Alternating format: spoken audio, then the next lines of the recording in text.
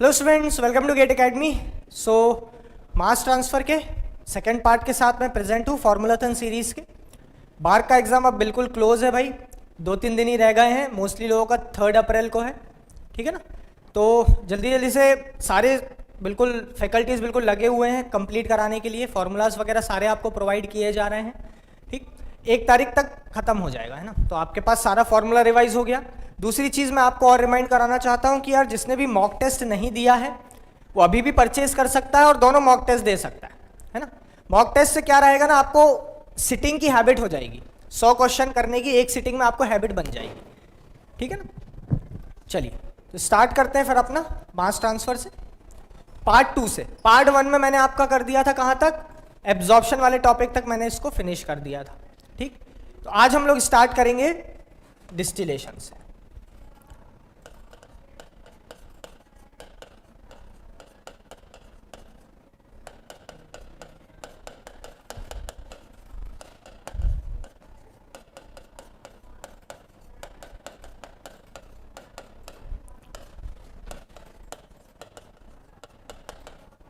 Part 2 है आज।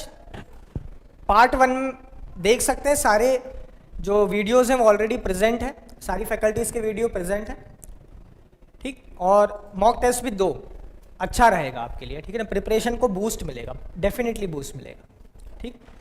क्योंकि उसमें बार प्रीवियस ईयर के क्वेश्चंस भी अवेलेबल है। जो मॉक टेस्ट प्लान किए गए हैं उसमें बार के प्रीवियस ईयर के क्वेश्चंस भी अवेलेबल है, 2021 के भी क्वेश्चंस अवेलेबल है, ठीक है ना। चलो स्टार्ट करते हैं अपन लोग डिस्टिलेशन से। सो पार्ट 1 में मैंने कवर किया था आपका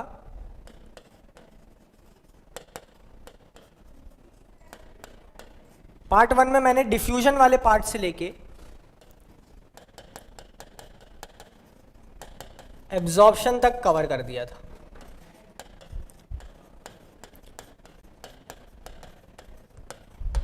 ठीक। पूरा कवर कर चुके हैं। पार्ट 2 स्टार्ट करेंगे हम लोग डिस्टिलेशन से और पूरा मास ट्रांसफर के फॉर्मूलाज आज खत्म करेंगे। डिस्टिलेशन से लेके एड्सॉर्प्शन तक पूरा कंप्लीट करेंगे।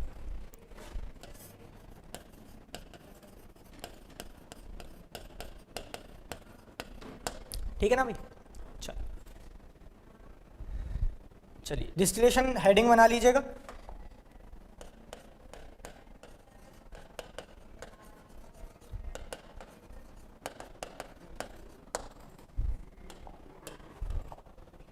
हेलो हेलो केतिका, गुड इवनिंग है ना। चलो स्टार्ट करते हैं मास ट्रांसफर से, डिस्टिलेशन टॉपिक।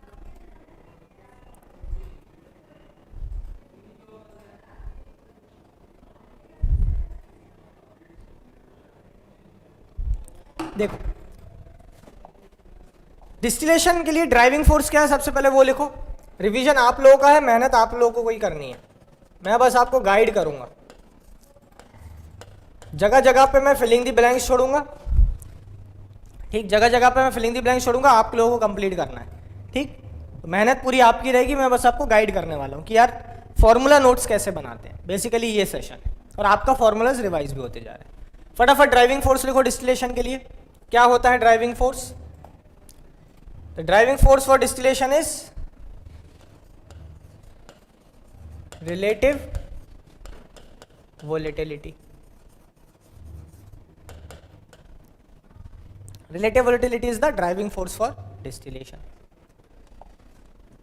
अब एक बाइनरी मिक्सचर है,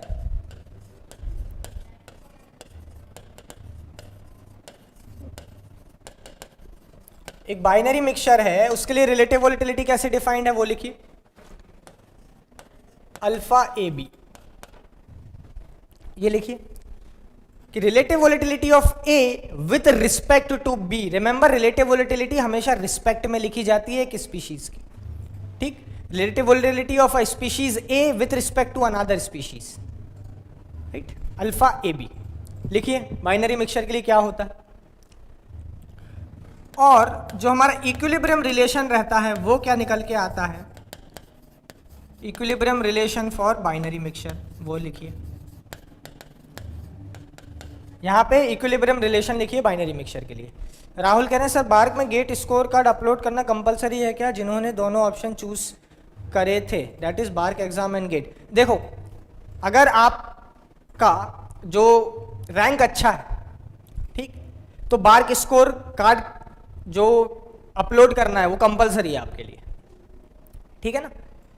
आपका जैसे मान लो 800 रैंक है, 700 रैंक है, 600 रैंक है, 500 रैंक है, तो आपको डेफिनेटली पता है कि बार्क से आपको कॉल नहीं आने वाला थ्रू गेट एग्जाम, तो वहां स्कोर कार्ड नहीं भी अपलोड करोगे तो चलेगा, ठीक। वहां फिर आपके लिए रिटर्न एग्जाम इंपॉर्टेंट हो जाएगा, ठीक है ना। तो जो लोग की भाई रैंक अच्छी है, अंडर 200 रैंक है, उनके चांसेस हैं, it depends on the number of vacancies इस बार जो बार्क में है, तो अंडर 200, 250, 300 वाले तो स्कोर कार्ड अपलोड करना, जिन्होंने दोनों ऑप्शन भरे हैं। 500 जिनकी रैंक है, जिनकी 600 है, वो जाने दो, वो मत करो, ठीक है ना। नहीं मतलब कंपलसरी नहीं है, बेसिकली ये point.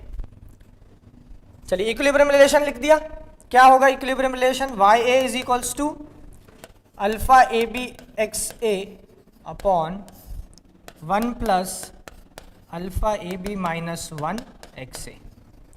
This is the equilibrium relation. और अल्फा ए बी का क्या फॉर्मूला है, y A upon x A divided by y B upon x B. Clear. और डिस्टिलेशन के लिए, for separation using distillation,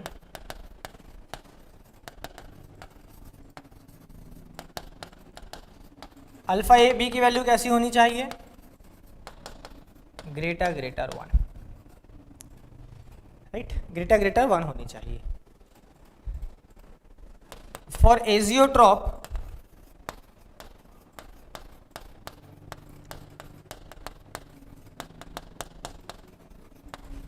alpha A B की value कितनी होती है वो लिखिए, ठीक। सो ऐसे बनने चाहिए आपके फॉर्मूला वाले नोट्स कि डिस्टिलेशन आपकी हेडिंग डल चुकी है, डिस्टिलेशन आपने हेडिंग बनाई, स्टार्ट कैसे करोगे, driving force, relative volatility is the driving force. तो जब रिलेटिव वोलेटिलिटी की बात आ ही गई है तो रिलेटिव वोलेटिलिटी से रिलेटेड और चीजें भी मेंशन कर दी। This is how you make standard notes. Standard मतलब जो आपके लिए काम आए आगे, प्रॉपरली बिल्कुल ऑर्गेनाइज्ड वे में। अच्छा ये बताओ रिलेटिव वोलेटिलिटी का टेम्परेचर प्रेशर के साथ कैसे इफेक्ट होता है, variation of relative volatility with temperature and pressure, बताओ जरा, इंपॉर्टेंट सवाल है।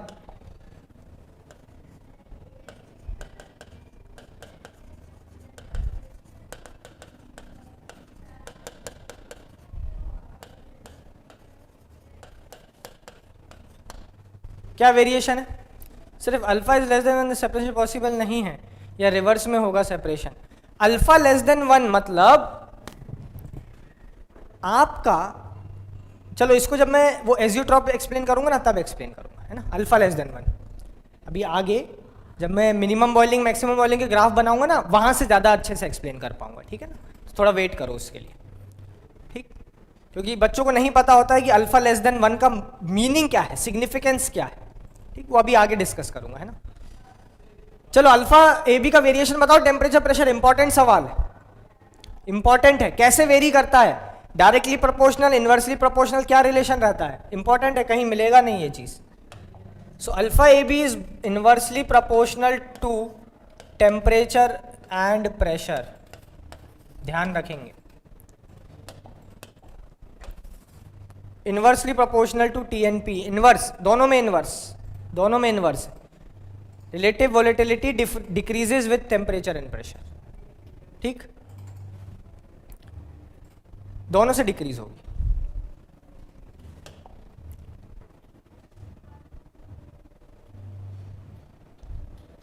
ठीक है ना,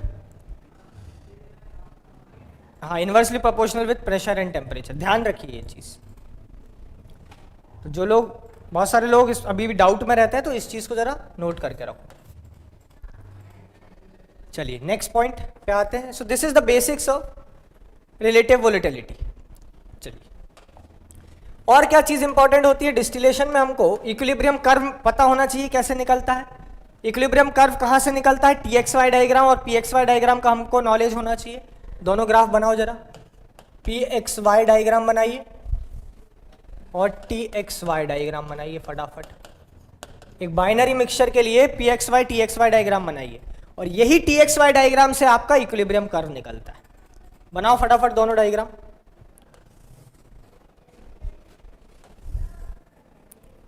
फटाफट दोनों डायग्राम बनाइए।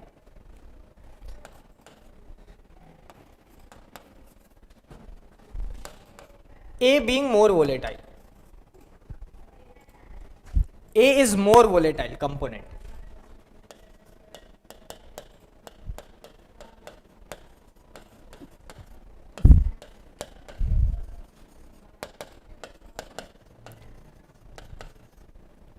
दोनों ग्राफ बनाओ फटाफट।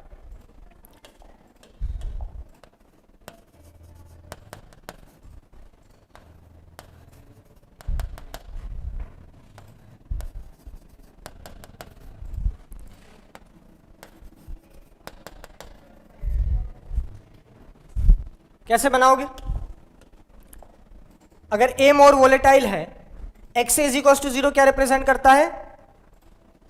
ठीक, X is equal to zero क्या रिप्रेजेंट करता है? आपका pure B. X is equal to zero मतलब क्या? Component is pure B. और बी कैसा है? Less volatile than A,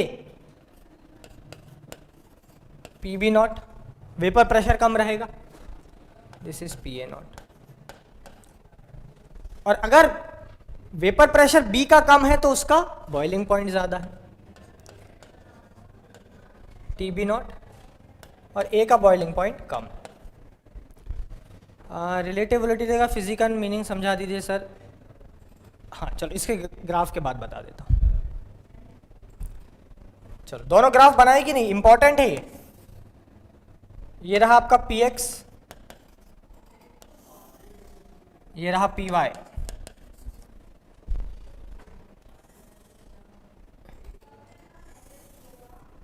T Y T X, this is P x Y diagram and T x Y diagram. Region mark कीजिए फटाफट।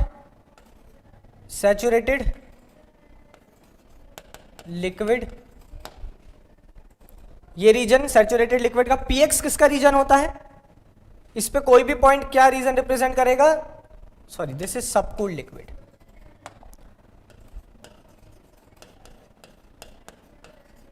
This is saturated liquid. This is liquid plus vapor region. Saturated liquid मतलब bubble point. Any point on this region is saturated vapors. Saturated vapor मतलब dew point. And this region is superheated vapors.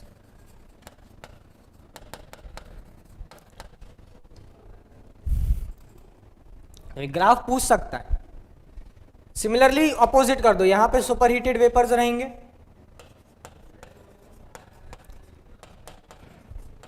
ये point रहेगा आपका dew point, liquid plus vapour, bubble point,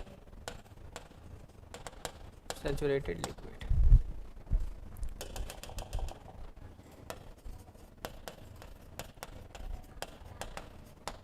सबकूल्ड liquid, right? So this will be the graph.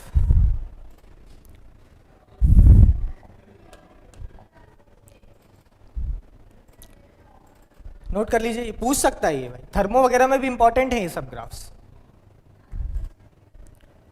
चलिए अब T x Y diagram से ही आपका equilibrium curve आता है। बनाऊंगा, बताऊंगा नहीं कैसे, ऑलरेडी एक्सप्लेन कर चुका हूं। आप लोगों को बनाना है कि how we get y x diagram from this T x Y diagram, right? Note कर लीजिए। And this is nothing but your equilibrium curve. Equilibrium curve in distillation.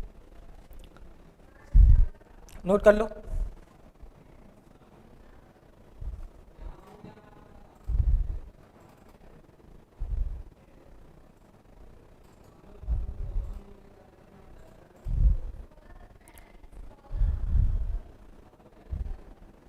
हाँ, कोई पूछ रहा था कि रिलेटिविटी का फिजिकल सिग्निफिकेंस बता देते। फिजिकल कुछ नहीं, वेपर प्रेशर के टर्म्स में देखो ना, यहाँ से आ जाएगा। ये डेफिनेशन देखो जरा, alpha A B is y A upon x A is divide by y B upon x B. Raoult's law क्या होता है? राउल्स लॉ क्या होता है? Y A P T is equals to x A P A naught. This is Raoult's law. यहां से Y upon x ए की value कितनी लिखोगे?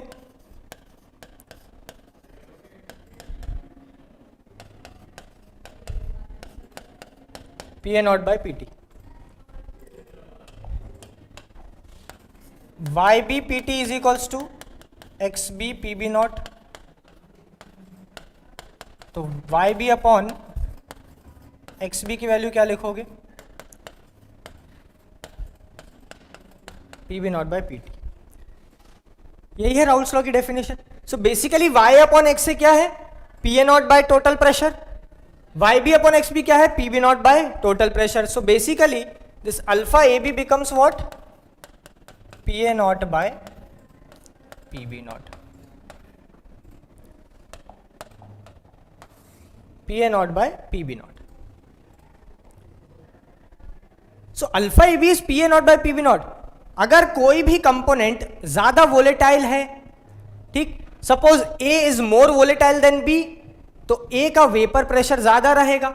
ए का वेपर प्रेशर ज्यादा रहेगा तो अल्फा की वैल्यू कैसी आएगी? ग्रेटर देन 1 आएगी।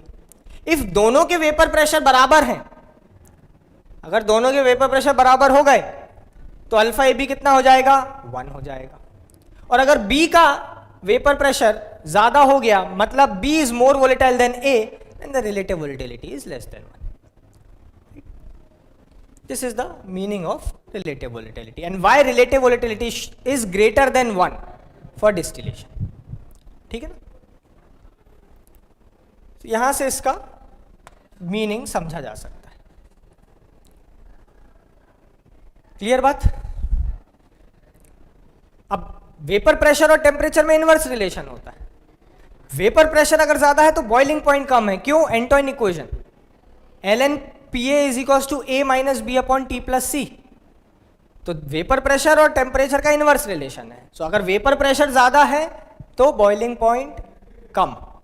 वही चीज तुम्हारे ये ग्राफ बताते हैं कि अगर पी बी नॉट कम है तो उसका बॉइलिंग पॉइंट ज्यादा, inverse relation between vapour pressure and boiling point. और अगर पी ए नॉट ज्यादा है तो उसका बॉइलिंग पॉइंट कम है।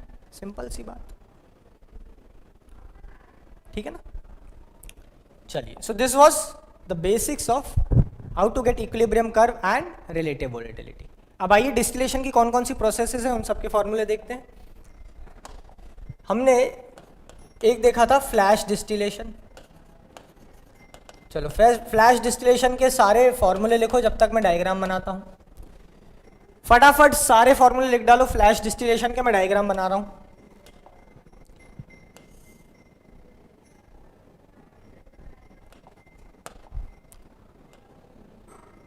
और सारी चीजें मेंशन करो, सारी इंपॉर्टेंट चीजें मेंशन कीजिए फ्लैश डिस्टिलेशन के लिए।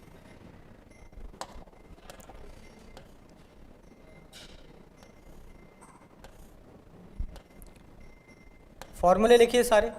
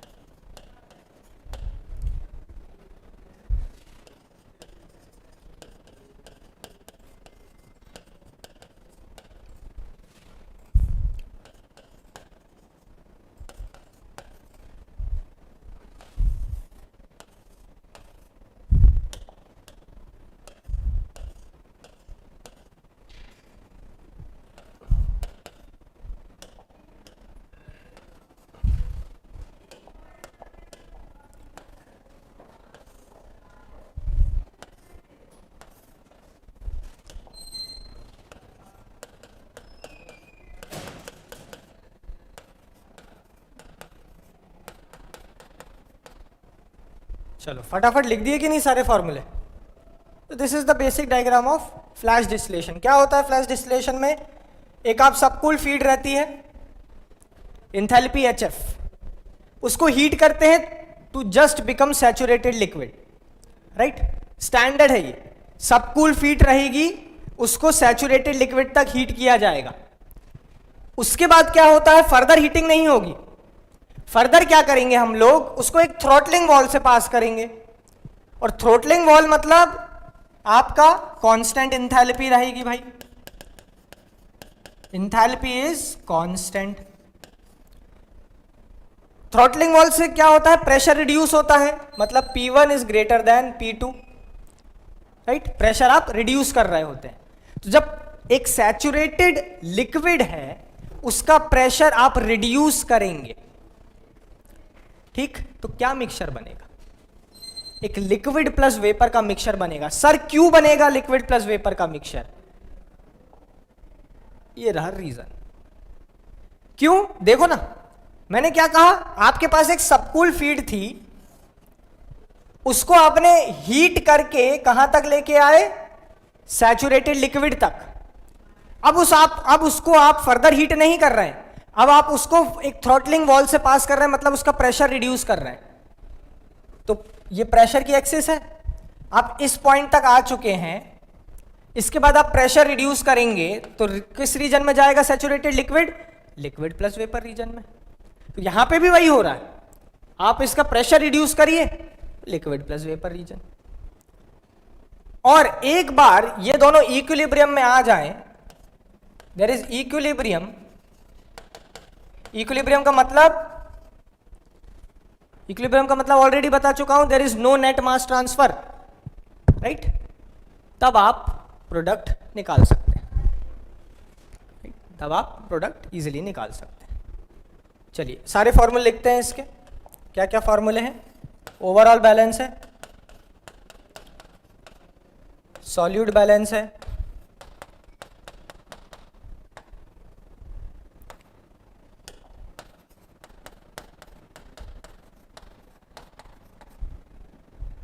इंथैल्पी बैलेंस,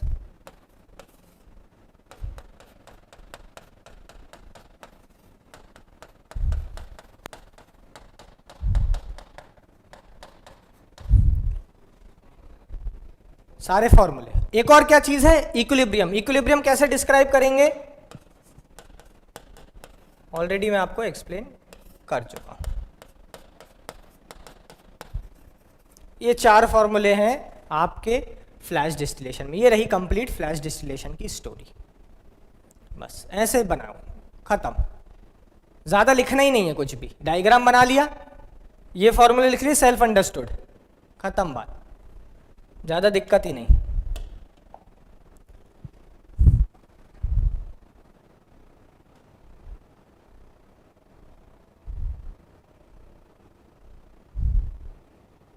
कोई दिक्कत हो तो बताओ,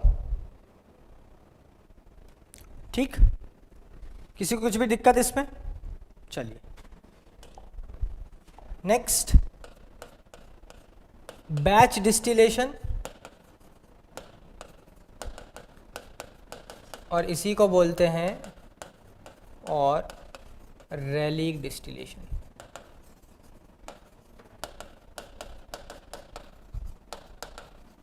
बैच डिस्टिलेशन और रैलीक डिस्टिलेशन। सर बैच डिस्टिलेशन के, हाँ अभी आ रहा है ना सर, लाइन से चल रहा है, लाइन से चल रहा है ना। चलिए बैच डिस्टिलेशन के सारे फॉर्मूले लिख दो। अब इसमें डायग्राम आप खुद ही बनाइएगा।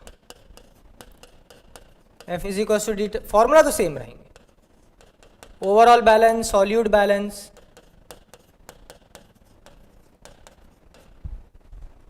ठीक। एक थर्ड, एक इंपॉर्टेंट रिलेशन जो आता है वो है रैलीक इक्वेशन। थर्ड इंपॉर्टेंट इसमें जो फॉर्मूला है वो है रैलीक इक्वेशन। क्या है Rayleigh equation? ln f by w is equals to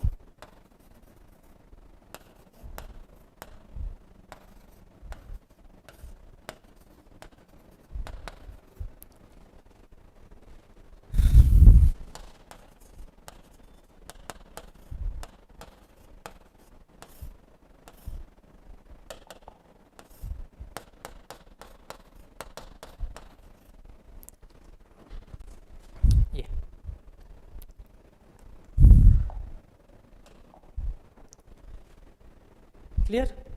अब आपको वो इक्वेशन भी पता होनी चाहिए भाई, इसको क्यों सॉल्व करोगे बार बार, इंटीग्रेशन टफ जाता है, वो लंबी इक्वेशन भी आपको पता होनी चाहिए। सो दिस इज बैच डिस्टिलेशन और रैलिक डिस्टिलेशन। ठीक है, तो वो फॉर्मूला आपके लिए, वो फॉर्मूला मैं आपके लिए छोड़ रहा हूँ। जब ये सब्स्टिट्यूट करने पे और इंटीग्रेशन करने पे क्या इक्वेशन निकल के आती है। ठीक, नोट करो जरा।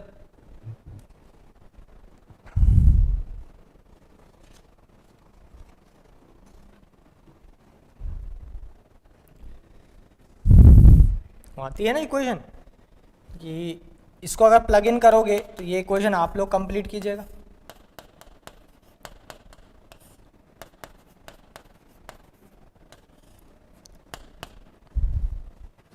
ठीक, ये इक्वेशन आप लोगों को कंप्लीट करनी है।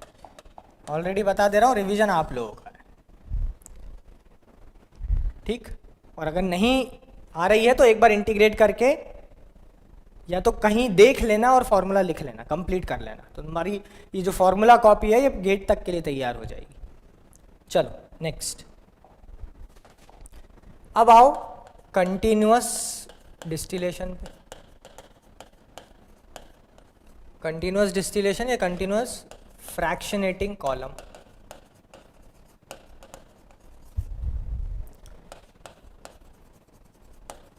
कंटिन्यूअस फ्रैक्शनेटिंग कॉलम, इसमें कौन सी मेथड पढ़ी थी हम लोगों ने?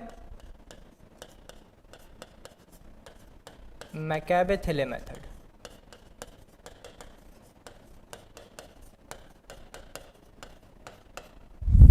राइट, चलो सबसे पहले जरा मैकैबे-थिले मेथड के अजम्पशंस लिख डालो सारे। अजम्पशंस लिख डालो जब तक मैं डायग्राम बनाता हूं। सारे अजम्पशंस लिख डालिए।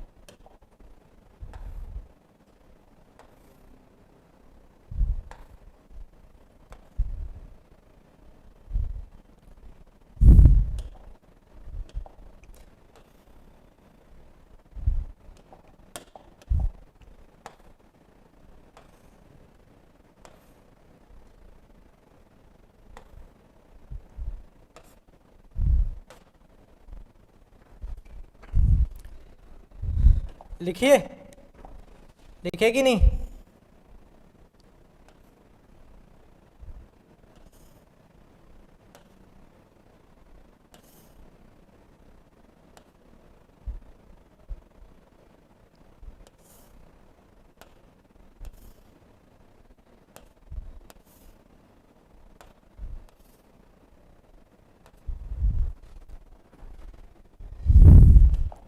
अजम्पशन लिखे? देखो जरा, ये है feed ZF, right, condenser load, reboiler load XWW,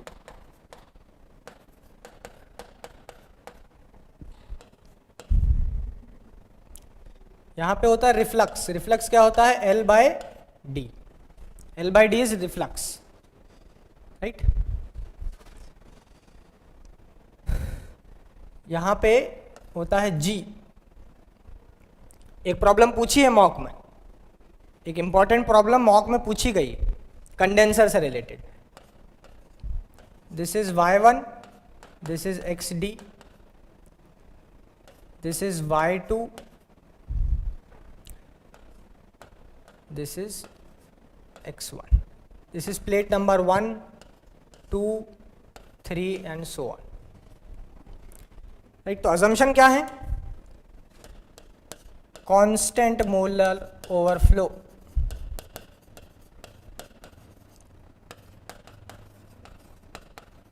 पूछ लेता है ना, बार्क वार्क में ज़रा थोड़ा सा अजम्पशन वगैरह पे भी ध्यान देना, ठीक। कांस्टेंट मोलर ओवरफ्लो मतलब एक पर्टिकुलर सेक्शन में वेपर के फ्लो रेट बराबर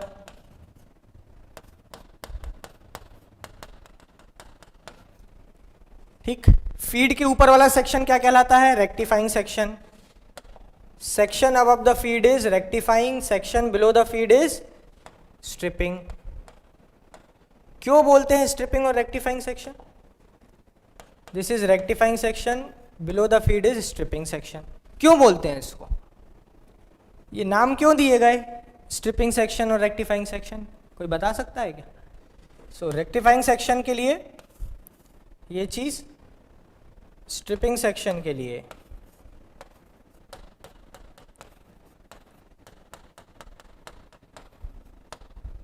ऐसे पूछा करो ना भाई अपने आप से। ये थोड़ी कि किसी ने बोल दिया कि भाई ये स्ट्रिपिंग सेक्शन है तो मान लिया। क्यों है उसका मतलब है कुछ, ऐसे ही नाम थोड़ी रखा है स्ट्रिपिंग सेक्शन, रेक्टिफाइंग सेक्शन, और इसी को बोलते हैं एनरिचिंग सेक्शन। क्यों रखे हैं ये नाम? कोई बता सकता है क्या? मैं नहीं बताऊंगा क्योंकि पहले ही बता दे रहा हूं।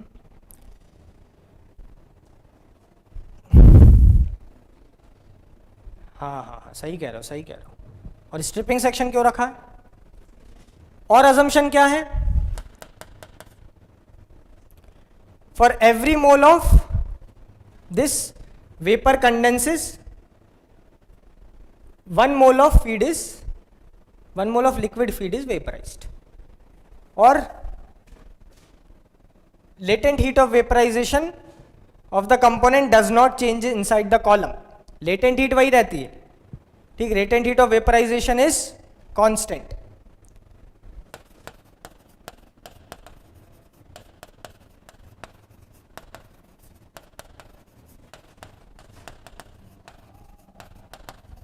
मतलब वेपर की लेटेंट हीट Hg ही रहेगी, लिक्विड की HL ही रहेगी।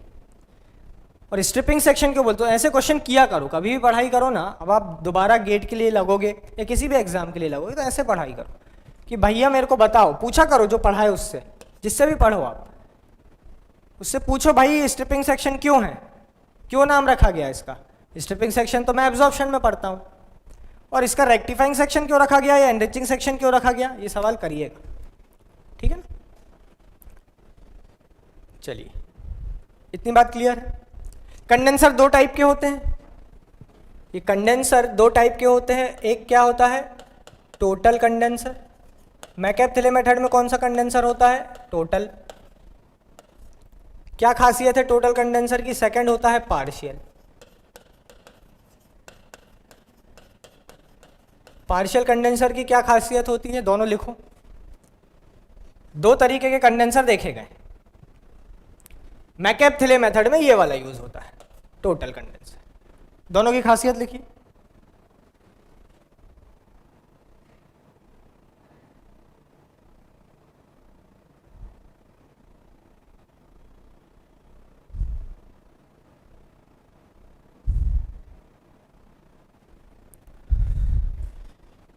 Total condenser does not act as a tray. हाँ, सही कह रहे हैं। और टोटल कंडेंसर की और क्या खासियत है in terms of mole fractions? यहां पे y1 मोल फ्रैक्शन है, यहां पे xd, तो basically this y1 is equals to xd, ये खासियत है, ठीक। कि जो भी वेपर आएगा, जो भी वेपर यहां पे आ रहा है, वो कंडेंसर उसको पूरा की पूरा कंडेंस कर दे रहा है। पूरा की पूरा किस में कंडेंस कर दे रहा है? लिक्विड में। तो mole fractions are equal. Where as in partial condenser what will happen? In the condenser there will be a mixture of liquid and vapours. ये प्रॉब्लम पूछी गई है मॉक 2 में, ठीक। मॉक 2 में ये प्रॉब्लम पूछी गई है। अगर ये कंपोजिशन YD है और ये लिक्विड की कंपोजिशन XD है, तो YD and XD are in equilibrium. YD and XD are in equilibrium, ये चीज।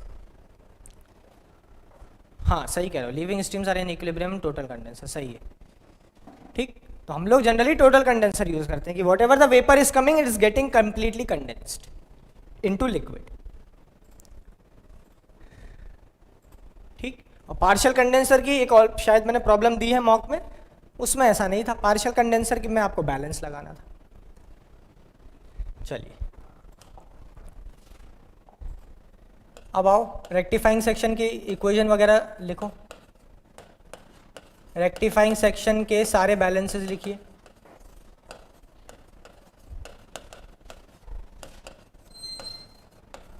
रेक्टिफाइंग सेक्शन में जो भी बैलेंसेस हैं सारे लिख डालो लाइन से, और ऑपरेटिंग लाइन लिखो। ऑपरेटिंग लाइन लिखी है रेक्टिफाइंग सेक्शन की, और रेक्टिफाइंग सेक्शन के बैलेंसेस लिखिए। हाँ, if we need final product in vapour form we use partial condenser, ठीक है वो।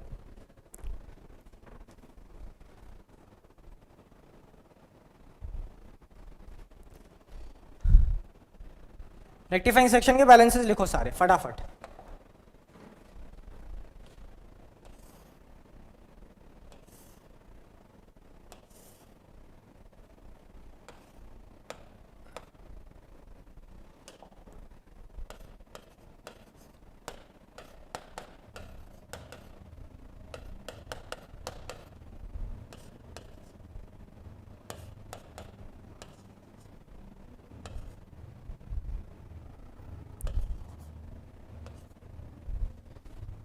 सारे बैलेंसेस लिख दिए, क्या लिखोगे?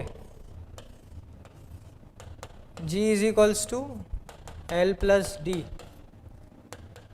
और R is equals to L by D, right. Operating line या रेक्टिफाइंग सेक्शन लाइन,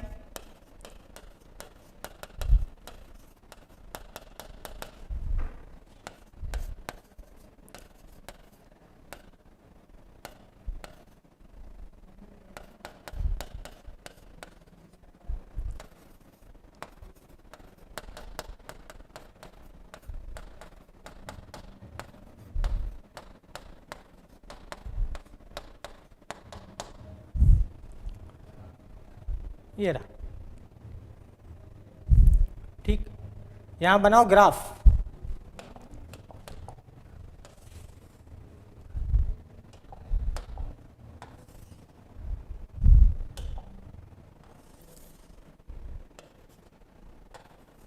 मार्क करो सारी चीज, रेक्टिफाइंग सेक्शन की लाइन वगैरह मार्क करो। रेक्टिफाइंग सेक्शन की लाइंस वगैरह सब चीजें मार्क कीजिए।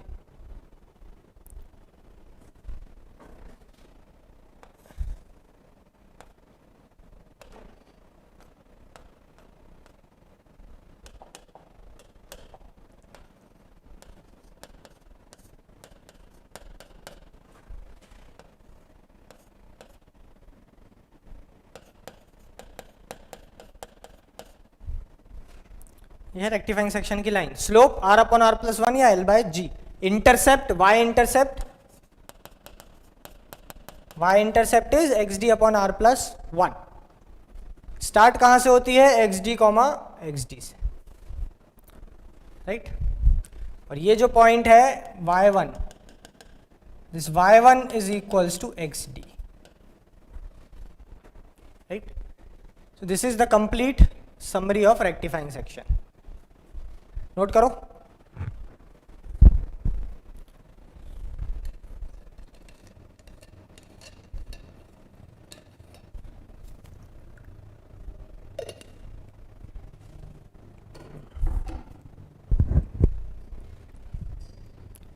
ठीक, चलो अब आओ स्ट्रिपिंग सेक्शन।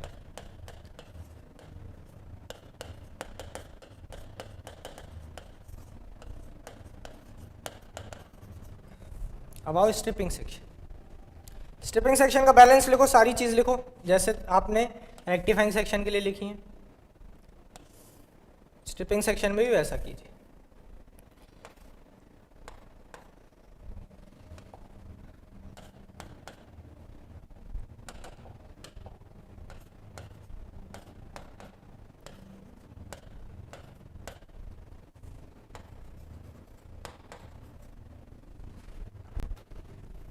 सारी चीज़ें स्ट्रिपिंग सेक्शन के लिए लिखिए।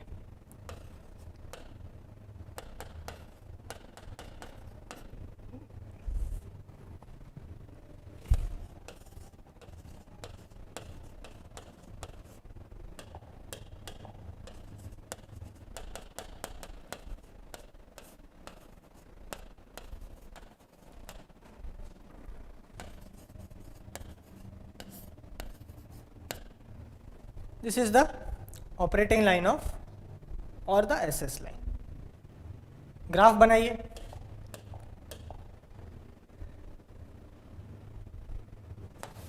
ग्राफ बनाओ, फटाफट करते चलो, ज़्यादा टाइम नहीं लगना है।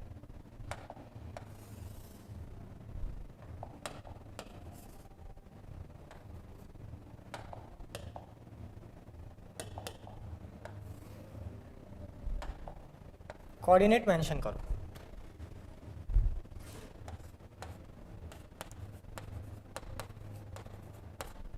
स्लोप L बार बाय G बार। हाँ सही कह रहे हो, नहीं R अपॉन R प्लस 1। हाँ ठीक है।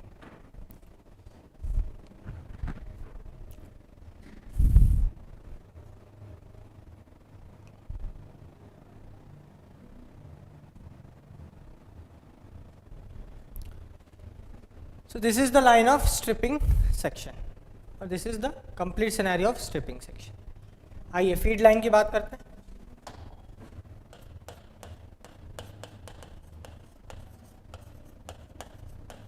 फीड लाइन और इसी को बोलते हैं क्यू लाइन। चलिए क्यू की डेफिनेशन लिख डालो,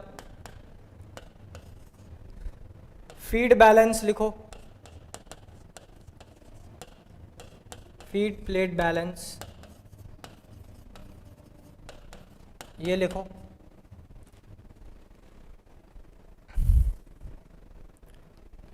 क्यू लाइन लिखिए,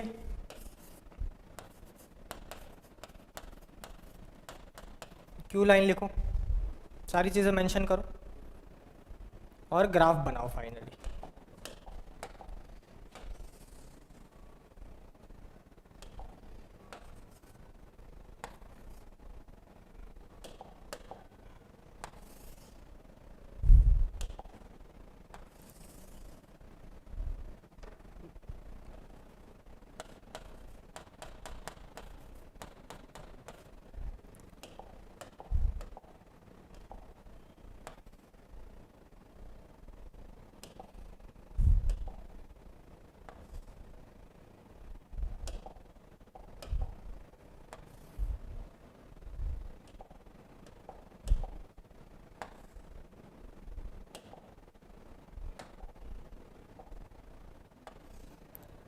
कंप्लीट करो सब चीज़।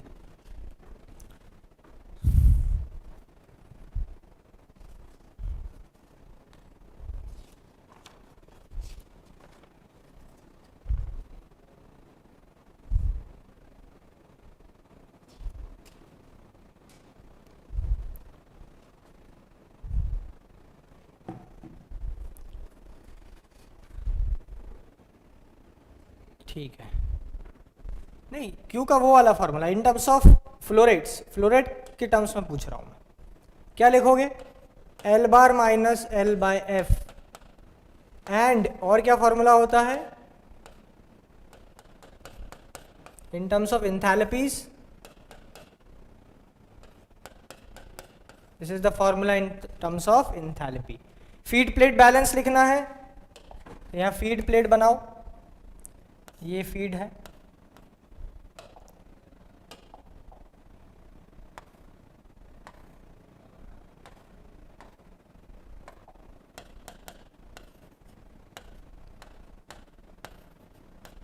फीड प्लेट बैलेंस लिखो। क्या लिखोगे? F plus G bar plus L is equal to G plus L बार।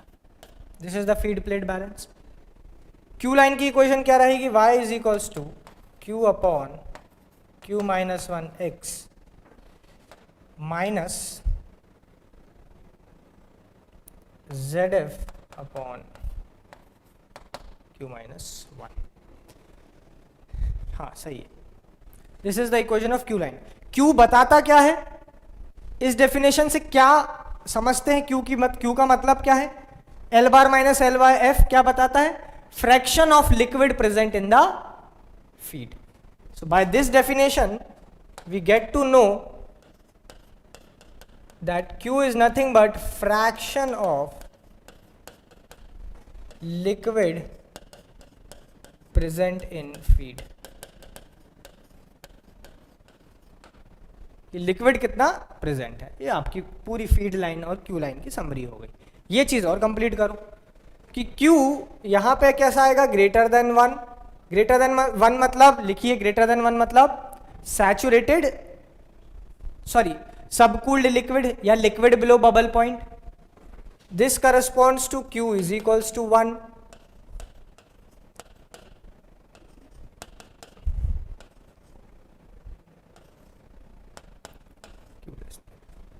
ये आपकी कंप्लीट इंफॉर्मेशन हो गई क्यू लाइन की. Q ग्रेटर देन 1 क्या रिप्रेजेंट करता है, subcooled liquid. Q equal to 1 saturated liquid. Q between 0 to 1 क्या रिप्रेजेंट करता है, liquid plus vapour. Q is equal to 0 saturated vapour. Q less than 0 saturated superheated vapours. ठीक है ना, ये आपकी समरी हो गई पूरी क्यू लाइन की. ठीक है, नोटेड. ये भी लिख लेना है यहाँ पे कि दिस इंप्लाइज सबकूल्ड लिक्विड, ये सारी चीजें मेंशन करना.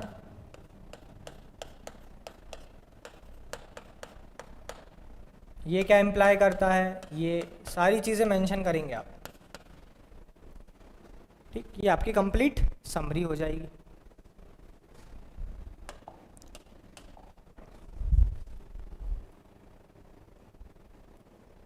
ठीक है, चलो नेक्स्ट इज रिफ्लक्स के केसेस देखते हैं. टोटल रिफ्लक्स, रिफ्लक्स के केसेस सारी चीजें लिखो, सारी हाइलाइट्स लिखिए टोटल रिफ्लक्स की. फटाफट लिखो कि टोटल रिफ्लक्स की क्या क्या हाइलाइट्स आपको पता है. टोटल रिफ्लक्स मतलब R tendings to infinity.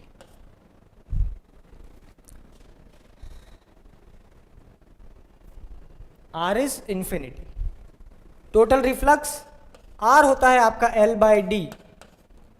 D की वैल्यू 0 होगी एंड W की वैल्यू 0 होगी. मतलब टोटल रिफ्लक्स पे you are not drawing any product from the column. Total reflux का भी एक सवाल पूछा है मॉक 2 में. मॉक 2 में टोटल रिफ्लक्स के भी सवाल लिए हैं.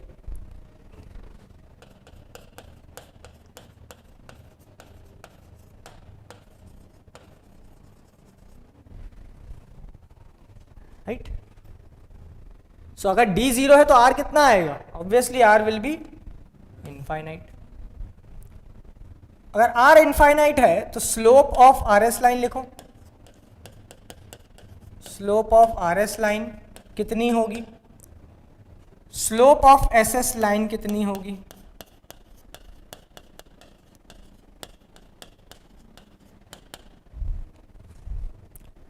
स्लोप ऑफ RS लाइन क्या होती है, R अपॉन R प्लस 1. और अगर R इनफाइनाइट है तो लिमिट लेना पड़ेगा 1.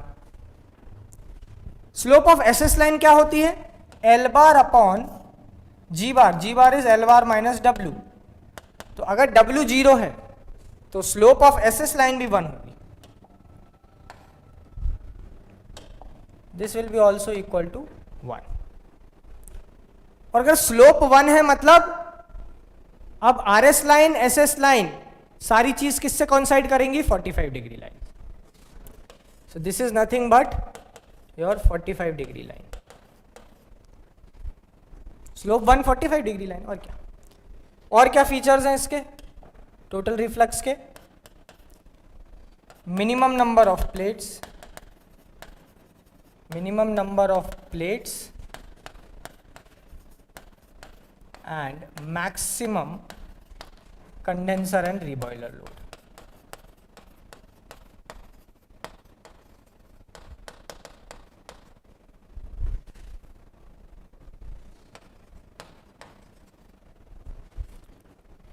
डायगोनल लाइन, सही कह रहे हो Rahul. So these are the highlights of total reflux. Minimum number of plates निकालने के लिए क्या फॉर्मूला लगेगा वो लिखो, कौन सी इक्वेशन लगेगी for minimum number of plates, what equation we are going to use, Fenske equation, Fenske equation. क्या है Fenske equation? nm+1 is equals to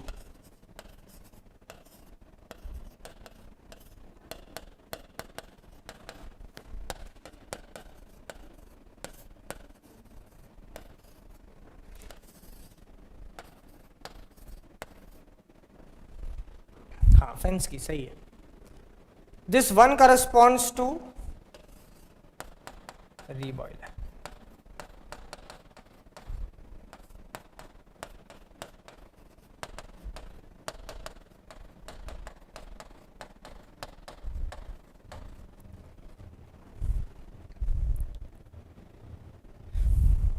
note कीजिए,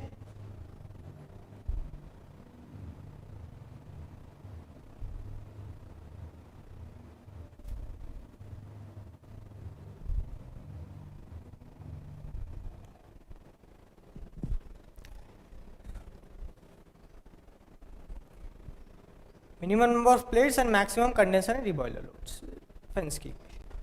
So this is your total reflux, right? Minimum reflux की बात कर लेते हैं।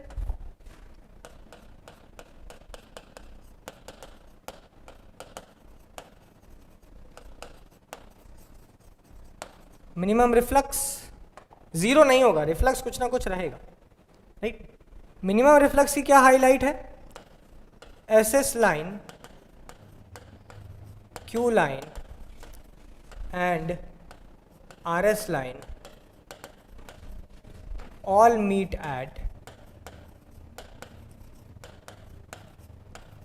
equilibrium curve. These all will meet at equilibrium curve. This is the major highlight of minimum reflux. And another thing is maximum or infinite number of plates will be required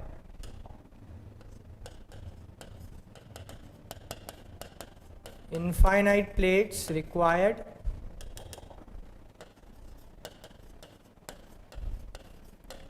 and minimum condenser and reboiler load.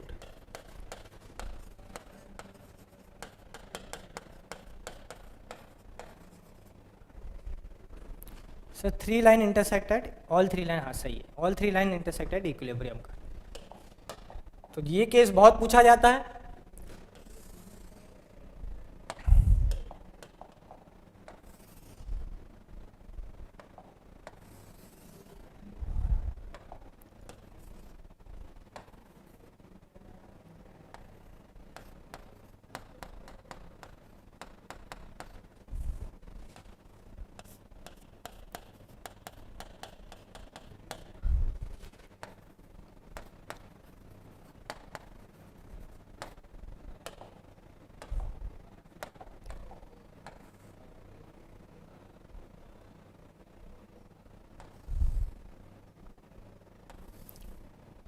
इस case के लिए देखिए जरा, सही कह रहा हूँ, सही कह रहा हूँ।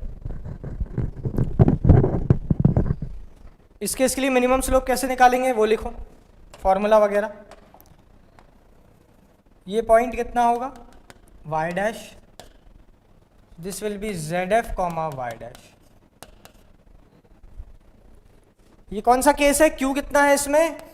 Q is equals to 1। Q is equals to 1 मतलब सैचुरेटेड लिक्विड। ये केस बहुत पूछा जाता है। तो स्लोप ऑफ RS लाइन क्या लिखोगे? Slope of RS line R minimum upon R minimum plus 1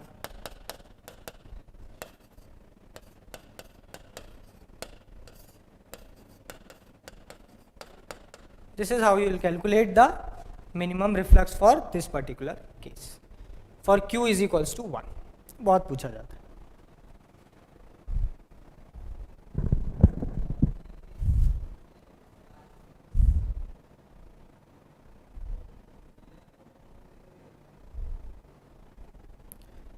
sir इसमें ऑपरेटिंग लाइन कैसे ऊपर की तरफ जाती है, आरएस लाइन मतलब?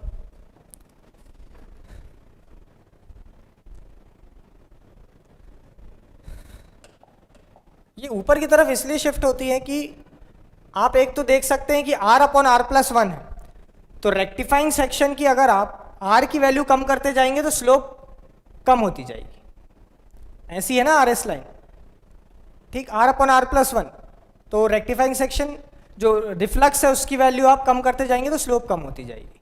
और इनफाइनाइट नंबर ऑफ प्लेट्स क्यों रिक्वायर्ड हो रही हैं, उसका रीजन है कि ये इक्विलिब्रियम कर्व पे मीट कर रहे हैं, they are all meeting at equilibrium curve.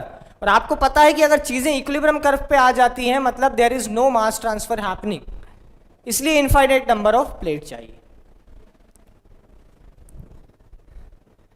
चलिए, so this was about total reflux and all. और चीजें क्या पड़ी थी डिस्टिलेशन में? और होता है आपका एक्सट्रैक्टिव डिस्टिलेशन, एक होता है एक्सट्रैक्टिव डिस्टिलेशन। कब यूज होता है ये लिखो, कब यूज करते हैं एक्सट्रैक्टिव डिस्टिलेशन को? When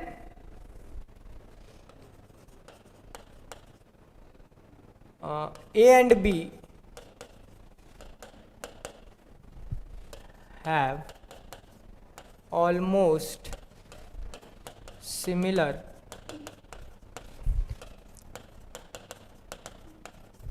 boiling points,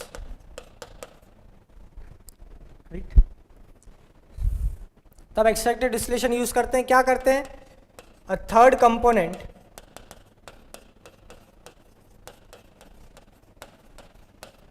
known as solvent is added to the column.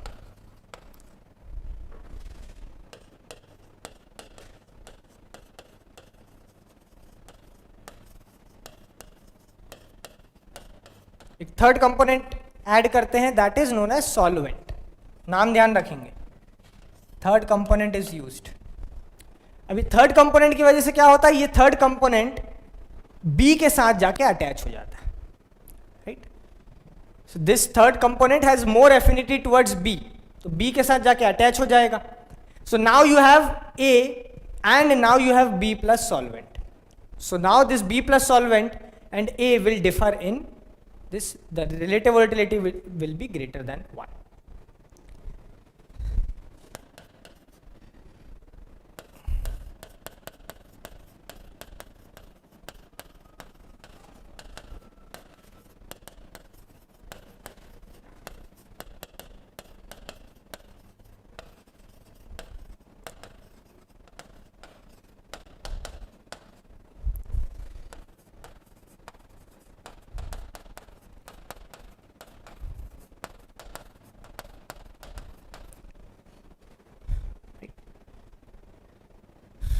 So now you have a mixture of B plus S, B plus this solvent, and you have A.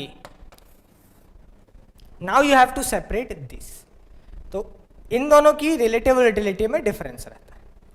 A और B को अगर आप distillation column में डालेंगे तो similar boiling points होने की वजह से सेपरेशन नहीं हो पाता।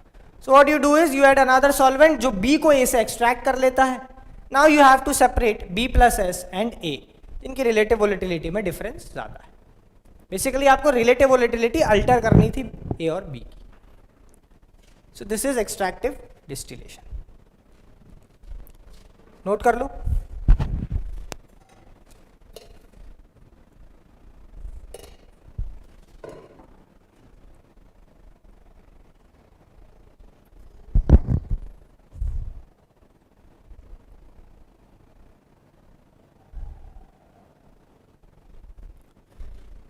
चलो नेक्स्ट आते हैं एजियोट्रॉपिक डिस्टिलेशन।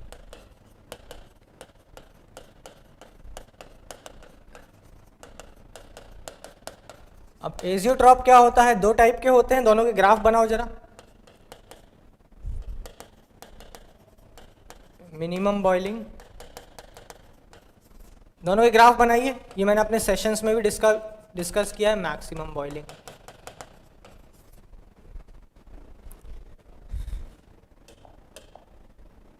दोनों के ग्राफ बना डालो।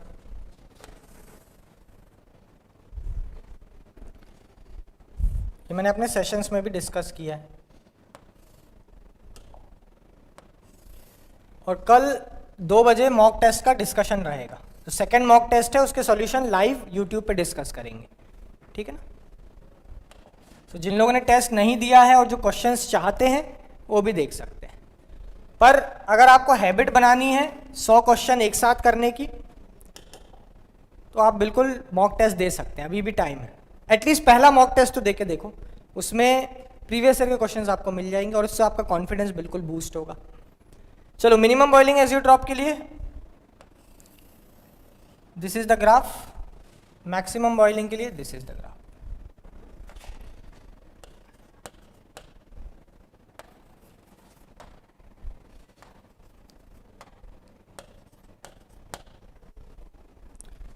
राइट, अब होता क्या है, this is the point of azeotrope, this is azeotrope meaning alpha is equals to 1, and here this is the point of azeotrope, alpha is equals to 1।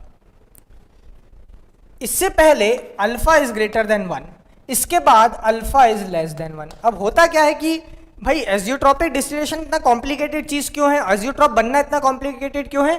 क्योंकि एक पर्टिकुलर पॉइंट के बाद आपका क्या हो रहा है, अल्फा 1 हो जा रहा है। कॉलम में इनिशियली तो आपका अल्फा ग्रेटर देन 1 था, इनिशियली सेपरेशन पॉसिबल है, इतना सेपरेशन पॉसिबल है, मतलब आप y a की वैल्यू, प्यूरिटी जो है, इन टर्म्स ऑफ प्यूरिटी में बात करूं, इससे ज्यादा आप सेपरेट नहीं कर सकते।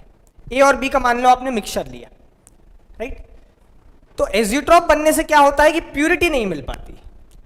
यहां तक जब अल्फा ग्रेटर देन 1 है तब तक तो ट्रांसफर हो रहा है, vapour is getting richer in A, लेकिन इस पॉइंट पे अल्फा जब 1 हो गया और उसके बाद अल्फा लेस देन 1 का ये मतलब है कि now the vapour is not getting rich in A, but this A is now getting condense into the liquid.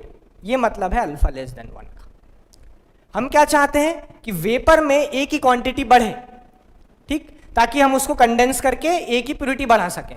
लेकिन एजियोट्रॉप के केस में क्या होता है, एजियोट्रॉप के केस में क्या होता है आपका कि जब एजियोट्रॉप बनने के बाद alpha becomes less than 1, and if alpha is less than 1, उस केस में क्या रहेगा, आपका जो ए में वेपर प्रेजेंट है that starts getting condense into the liquid, इसलिए प्यूरिटी नहीं मिल पाती, ठीक है ना।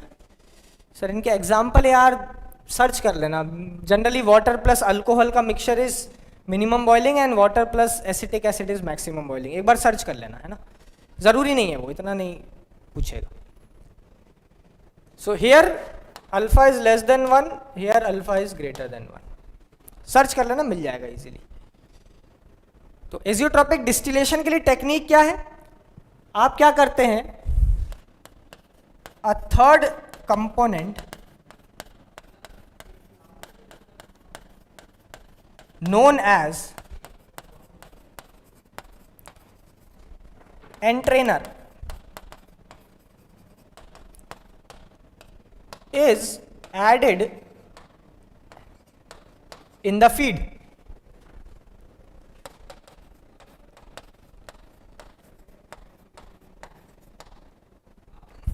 एक आप थर्ड कंपोनेंट को डालते हैं फीड में, फीड के साथ। This third component forms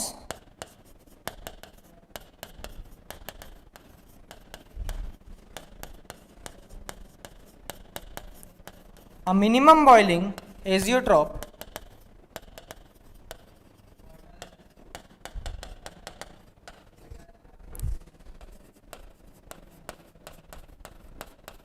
with more volatile component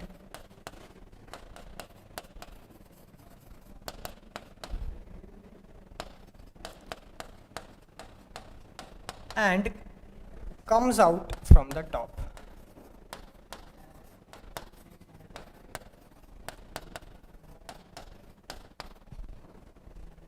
ठीक, जिसको भी एजियोट्रोपिक डिस्टिलेशन डिटेल में पढ़ना है, अभी के लिए तो ये हाईलाइट काफी है, मेरे लेक्चर्स ऑलरेडी मास ट्रांसफर में प्रेजेंट है, देख सकता है।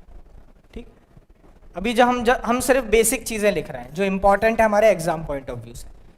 डिटेल में पढ़ने के लिए लेक्चर्स मेरे अवेलेबल हैं यूट्यूब पे, मास ट्रांसफर के पूरे कंटिन्यूस सीरीज है एड्सॉर्प्शन तक, देख सकते हैं आप। नोट करो ये, फिर आगे बढ़ते हैं।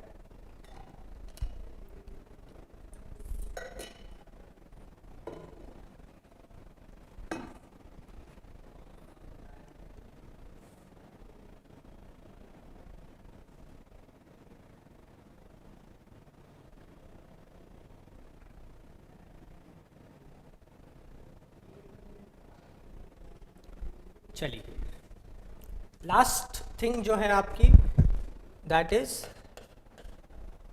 This column diameter. Column diameter किस बेसिस पे डिफाइन होता है? Flooding velocity. फॉर्मूला लिखिए जरा, फ्लडिंग वेलोसिटी का क्या फॉर्मूला है?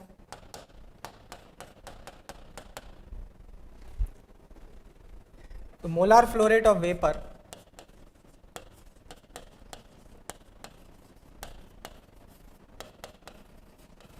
क्या होगा?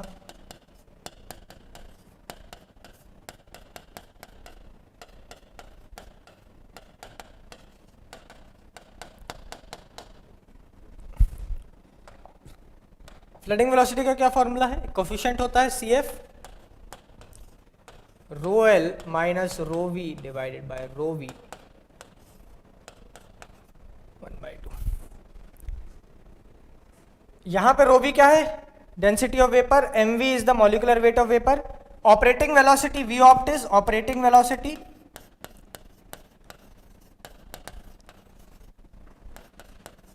and this is some fraction of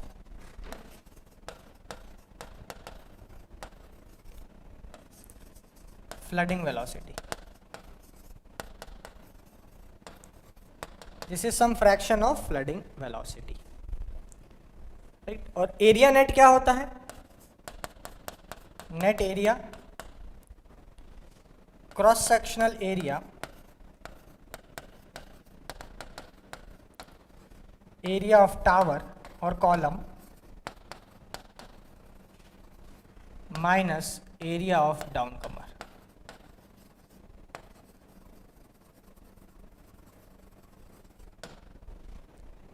note कर लीजिए। So this is how you calculate flooding velocity. Sorry, this is how you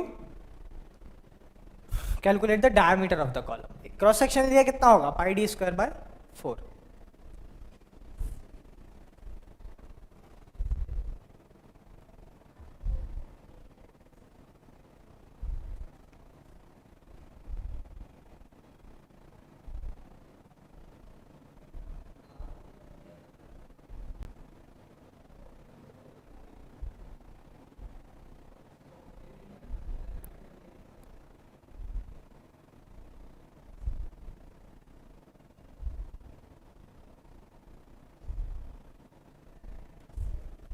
चलिए, so this is all about distillation. सारी चीज़ हमने डिस्कस कर ली।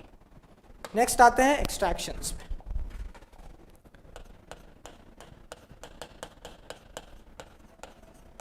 Next heading extractions. Driving force लिखो extraction का। Driving force लिखिए।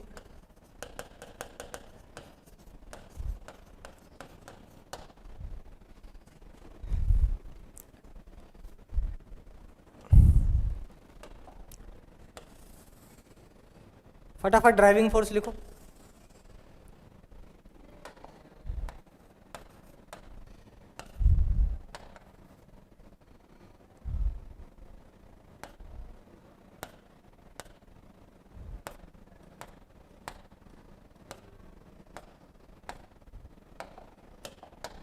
क्या है ड्राइविंग फोर्स? कोई बताएगा?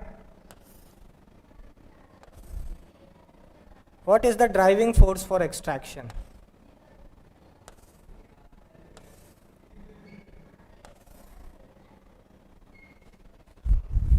सॉल्युबिलिटी। किसकी सॉल्युबिलिटी? ऐसे जवाब मत दिया करो, बिल्कुल थोड़ा सा एक्सप्लेन किया करो। सॉल्युबिलिटी किस चीज की? जो सॉल्यूट की सॉल्युबिलिटी सॉल्वेंट में, और इसको ऐसे बोल सकते हो the affinity of solute towards the solvent is more than that of the carrier liquid. ठीक है ना। चलो, सो एक टर्नरी मिक्सचर बनता है, हाँ, solubility of solute in solvent, एक टर्नरी मिक्सचर बनता है, राइट। इस पॉइंट की कंपोजिशन बताओ मेरे को, ये एम पॉइंट की कंपोजिशन बताइए।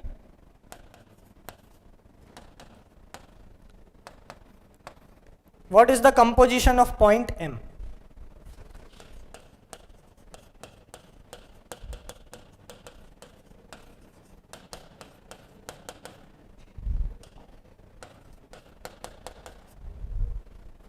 Composition and point M, A B C की कितनी कंपोजिशन है?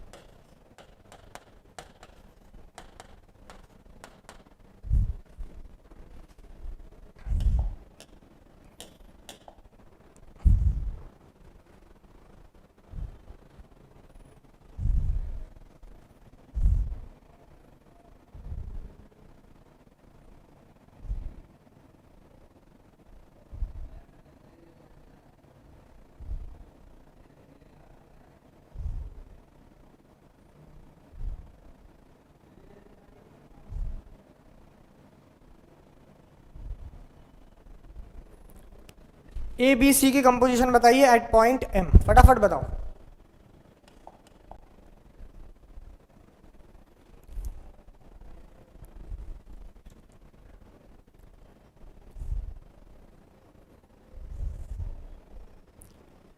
और हमें पता है कि a plus B plus C should add up to 100%। फटाफट बताइएगा।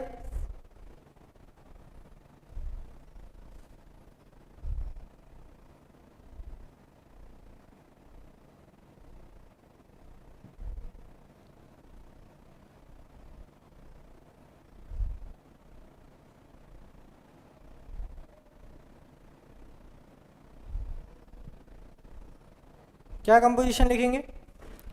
देखो जरा, पैरेलल लाइंस बनाया करो। सी की कंपोजिशन निकालनी है ना, तो उसके पैरेलल एक लाइन बना दो जो एम से पास हो। सी की कंपोजिशन विल बी 50। ए की कंपोजिशन निकालनी है एम पॉइंट पे, ये line. So A composition will be 25%, और बचा कुछ अब बी का कंपोजिशन कितना होगा? 25%, राइट। सो ये डायग्राम आपको देखना आना चाहिए, ठीक। नेक्स्ट,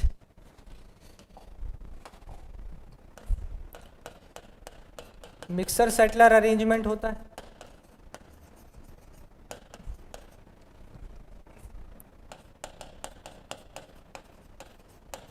और इसी को बोलते हैं सिंगल स्टेज एक्सट्रैक्शन।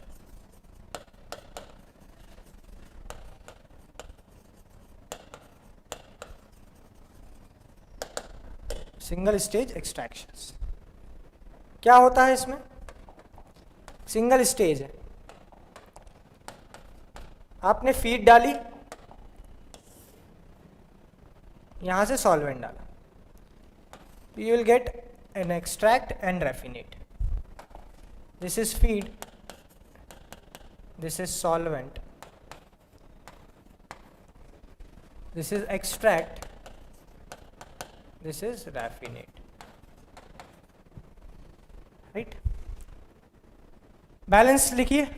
और अगर plates are, if plate is 100% efficient, if this is 100% efficient, efficiency is 100%, then leaving streams will be in equilibrium. This leaving streams will be in equilibrium, right? चलो balance लिखो। पहला balance क्या होगा? F plus B is equals to E plus R. Second balance क्या होगा? ZF plus excess B is equals to,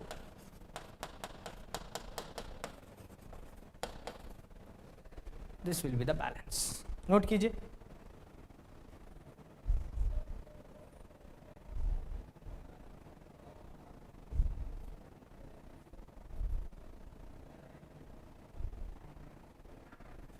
सही है, F plus B is equals to E plus R, और ये सॉल्यूट बैलेंस, राइट। अब इसको प्लॉट कैसे करते हैं, वही टर्नरी डायग्राम में प्लॉट करते हैं।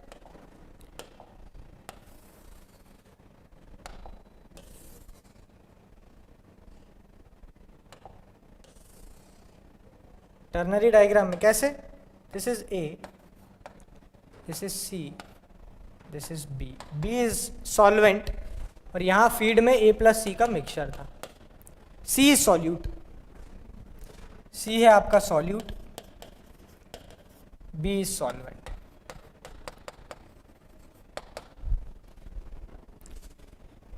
डायग्राम कैसा दिखता है, ये एक बाइनोडल कर्व होता है, this is point P, this is feed,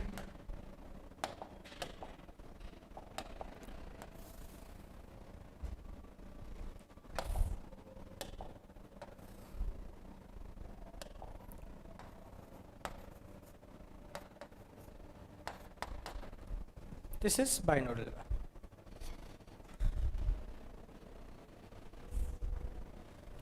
ठीक, P को क्या बोलते हैं, प्लेट पॉइंट, प्लेट पॉइंट के हाइलाइट्स लिखेंगे आप लोग, प्लेट पॉइंट के हाइलाइट्स आप लोग लिखेंगे, ठीक। हाँ, P इज प्लेट पॉइंट, उसकी हाईलाइट लिखिए, क्या होता है वहां पे, composition difference between extract and raffinate phase is 0, interfacial tension is 0, ठीक, density difference between extract and raffinate is 0, right. Nuclear physics and material of construction कितने, न्यूक्लियर फिजिक्स नहीं आएगी भाई, न्यूक्लियर फिजिक्स आएगी भी तो जाने दो उसको, और मटेरियल ऑफ कंस्ट्रक्शन मिला के कुल 6-7 क्वेश्चन आएंगे, ज़्यादा नहीं, उस पर इतना लोड मत लो, जाने दो उनको, उन चीज़ों पे इतना लोड लेने की ज़रूरत नहीं है, उनको जाने दो, छोड़ दो उनको, अब ये पॉइंट नहीं है ये सब चीज़ें करने का, ठीक। तो यहाँ से अगर मैं बात करूँ कि F बाई बी का रेशियो क्या होगा, F by B will be line M B upon line F M, right. F by B is equal to line M B upon line F M. Similarly आप R by E का भी ratio लिख सकते हैं,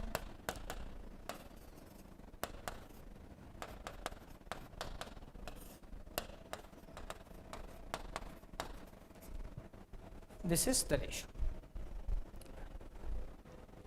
और सिर्फ इस curve के अंदर, इस कर्व के अंदर वाला रीजन ही कहलाता है क्या, heterogeneous region, heterogeneous region, heterogeneous region मतलब इसी फेज में, इसी अगर पॉइंट इस कर्व के अंदर लाई करेगा, इस बाइनोडल कर्व के अंदर आएगा, तभी आपके फेज सेपरेट होंगे। ये वाला जो रीजन है वो क्या कहलाता है, homogeneous region, no phase separation is possible in this region, homogeneous region, ठीक है।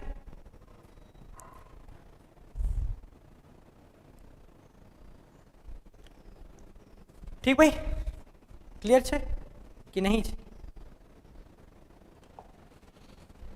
चलो मिनिमम सॉल्वेंट रिक्वायरमेंट की बात कर लेते हैं। Minimum solvent requirement in extraction, क्या है मिनिमम सॉल्वेंट रिक्वायरमेंट, देखिए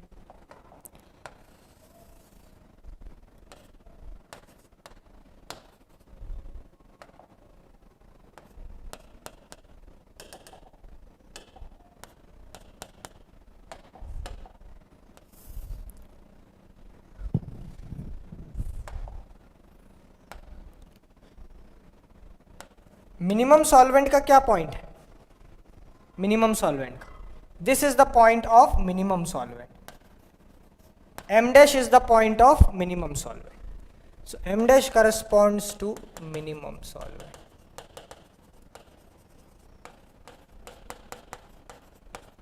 और मैक्सिमम सॉल्वेंट का क्या पॉइंट रहेगा, दिस एम डबल डैश।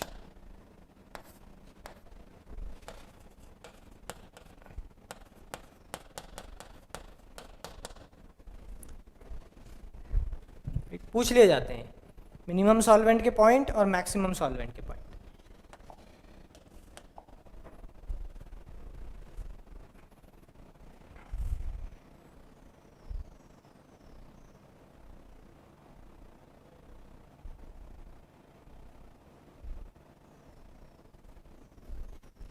ठीक है,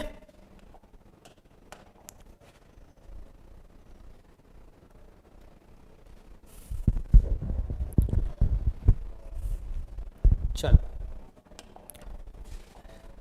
अब बात करते हैं पार्टीशन कोएफिशिएंट की।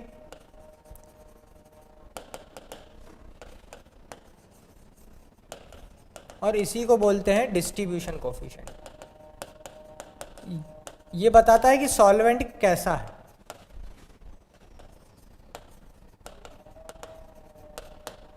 राइट, ये बताएगा कि सॉल्वेंट कैसा है, solvent is a good solvent और not a good solvent for extraction. क्या लिखते हैं इसको, के से रिप्रेजेंट करते हैं, this is YE upon XR। तो सॉल्यूट की क्वांटिटी एक्सट्रैक्ट में डिवाइडेड बाय सॉल्यूट की क्वांटिटी रैफिनेट में।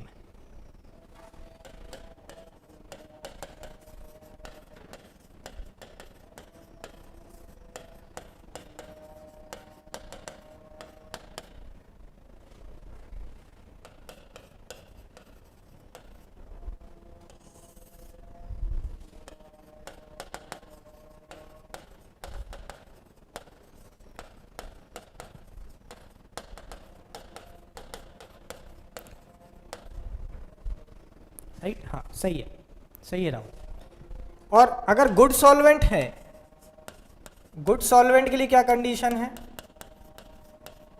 That K should be greater 1।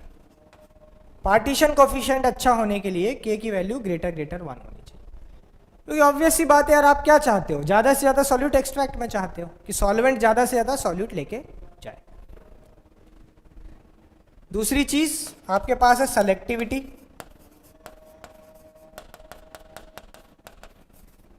Selectivity beta कैसे रिप्रेजेंट है कि quantity of C in extract divided by quantity of A in extract divided by quantity of C in raffinate divided by quantity of A in रैफिनेट।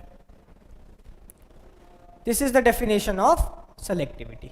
Quantity of weight fraction of C in extract divided by weight fraction of A in extract divided by weight fraction of C in raffinate divided by weight fraction of A in the raffinate. And for good extraction,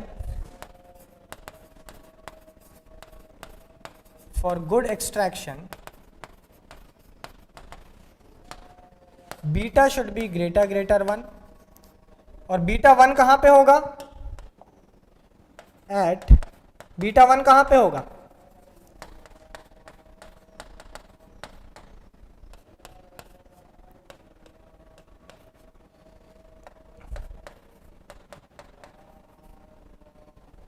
plate point पे beta will be equal to 1। Important चीज है, right, हाँ सही है, सही है, ठीक, note कर लीजिए। So this is about your extraction.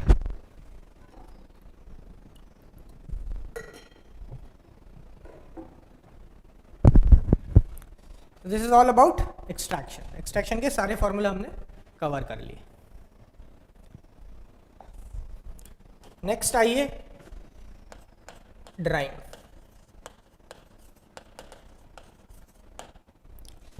Drawing आइए, हाँ सही है, प्लेट पॉइंट सही है सब। चलो ड्राइंग के क्या इंपॉर्टेंट है, तीनों ग्राफ, कर्व बनाओ जरा, drawing curve. Drawing curve number 1, relative humidity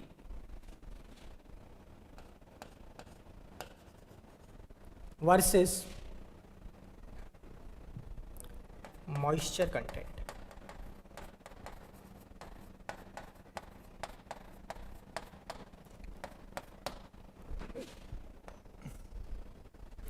बनाओ जरा डायग्राम और सारी चीजें मार्क करो, बना डालो फटाफट और सारी चीजें मार्क करो।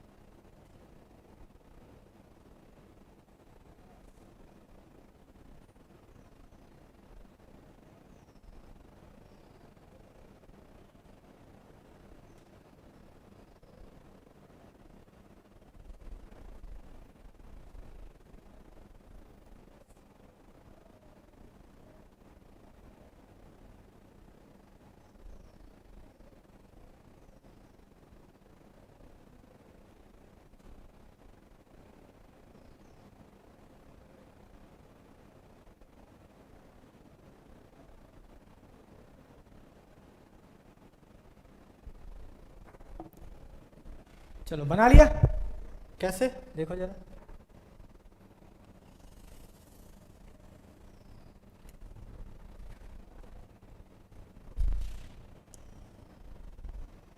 सारे रीजन मार्क करेंगे इसमें।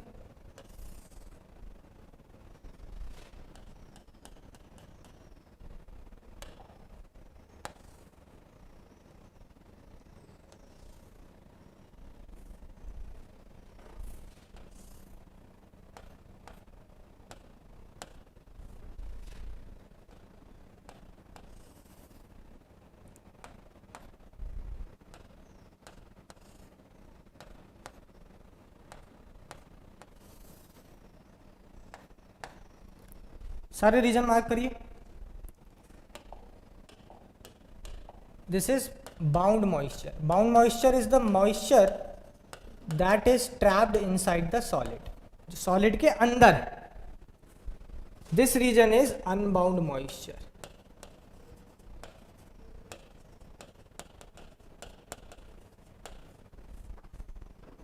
Right, this is equilibrium moisture.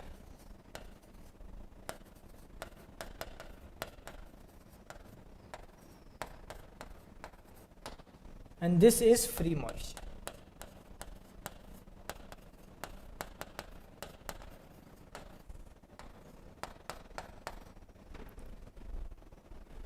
This is drying curve number 1.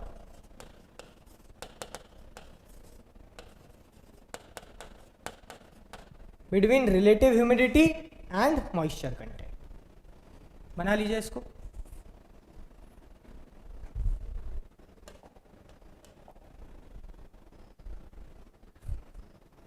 Let's start drawing curve number 2.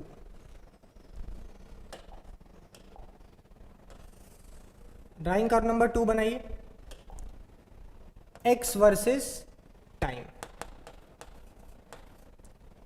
Moisture content versus time.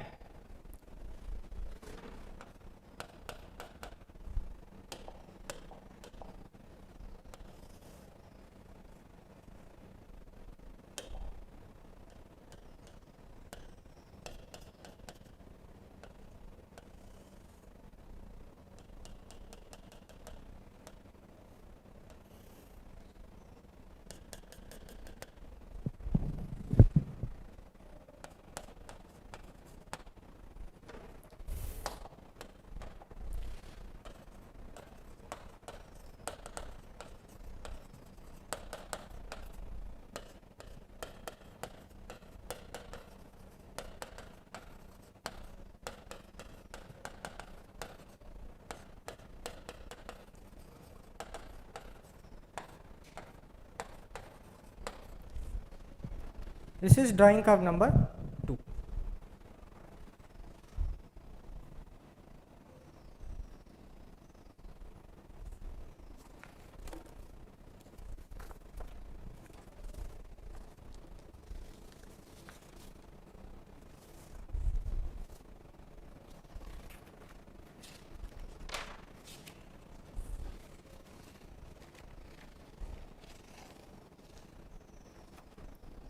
Third drawing curve,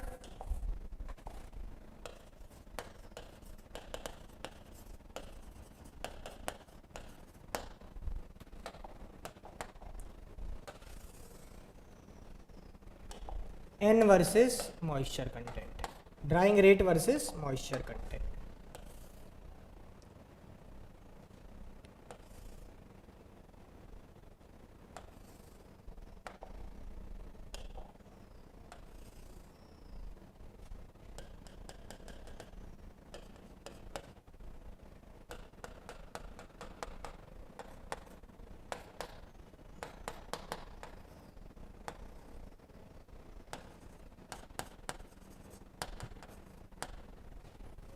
This is third dry curve. Constant rate period है, falling rate period 1, falling rate period 2. क्या होता है? First constant rate period,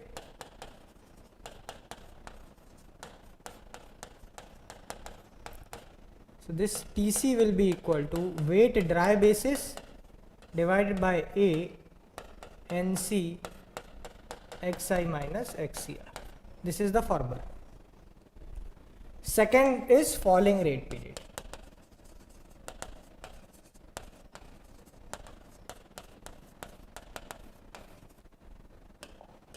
Falling rate period, this TC is equals to minus WdB upon A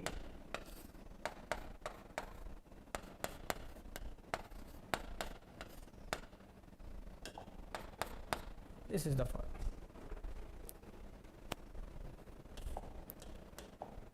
Right?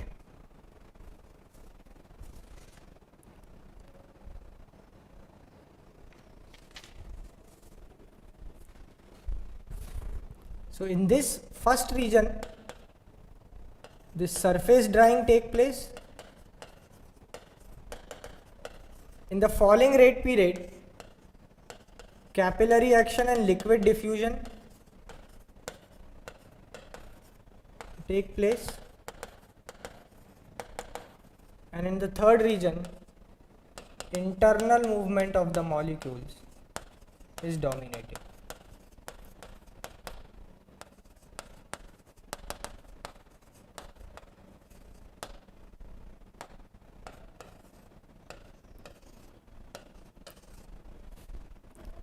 So this is your complete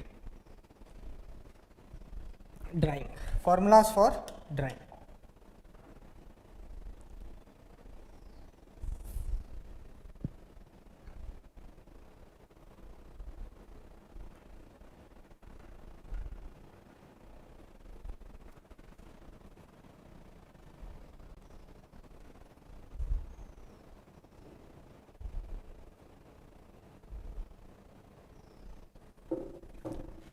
All right. Moving on to adsorptions.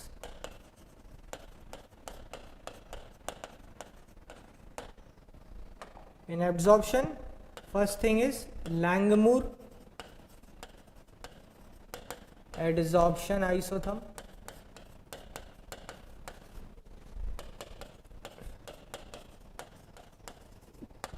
What is that? Q is equals to Q by Q max is equals to KPA upon 1 plus KP. This is Langmuir adsorption isotherm. If you draw the graph, Q versus PA, it will be something like this.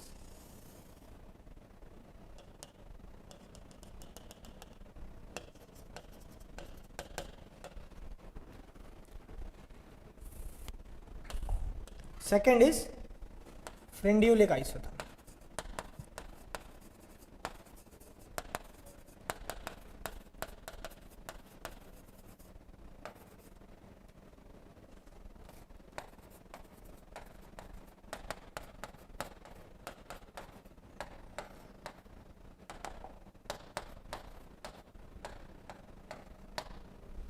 This is Frendulic isotherm.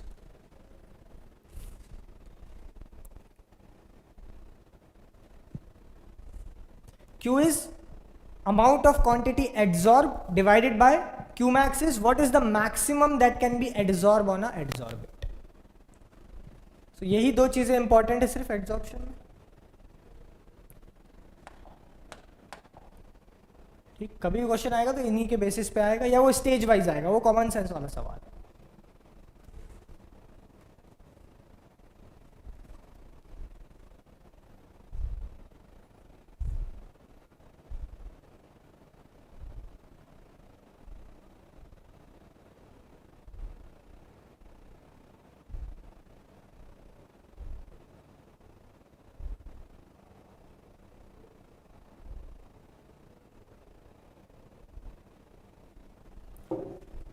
ठीक है, चलिए last topic लेते हैं, humidification.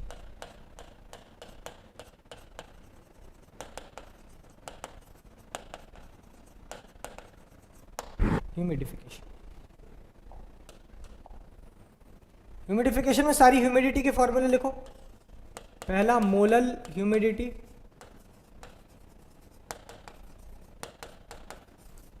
Second absolute humidity,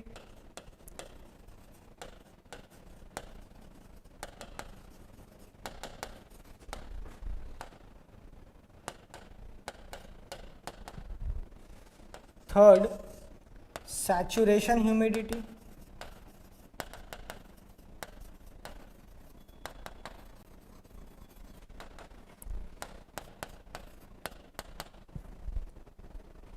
fourth percentage humidity,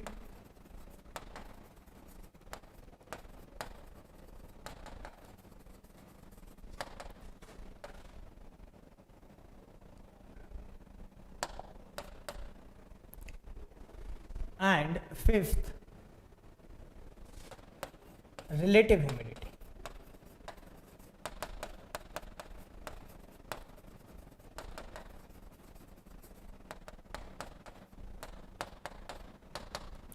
सारी चीजें लिख डालिए फटाफट।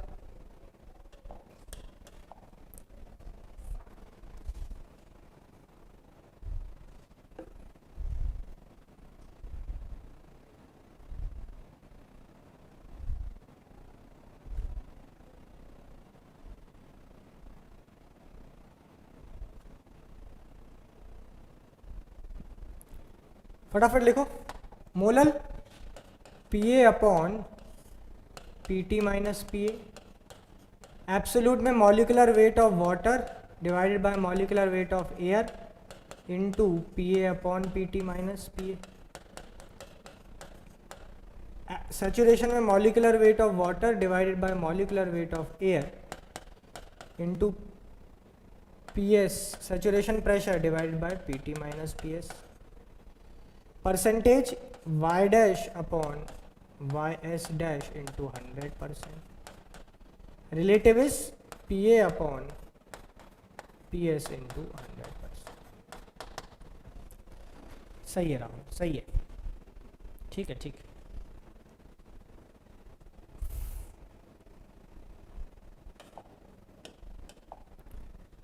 नोट कर लीजिए सारे फॉर्मूले।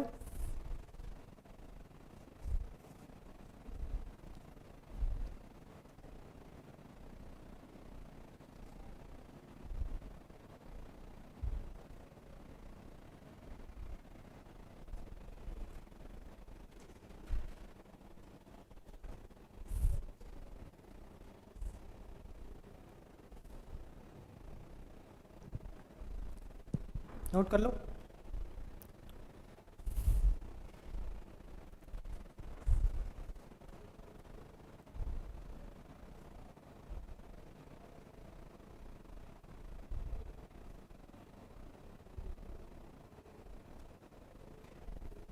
चलिए नेक्स्ट, वेट बल्ब डिप्रेशन का फॉर्मूला लिखिए।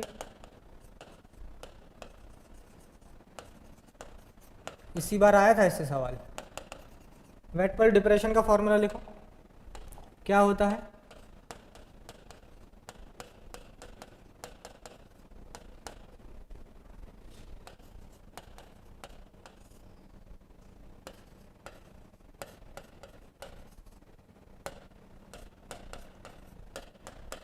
सारी चीजें मेंशन करो, क्या चीज क्या रिप्रेजेंट करती है। एच जी बाई के वाई डैश को क्या बोलते हैं? Psychrometric ratio.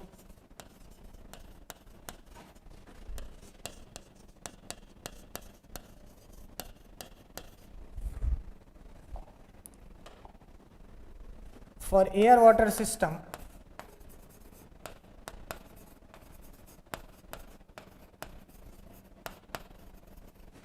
the psychrometric ratio is equals to humid heat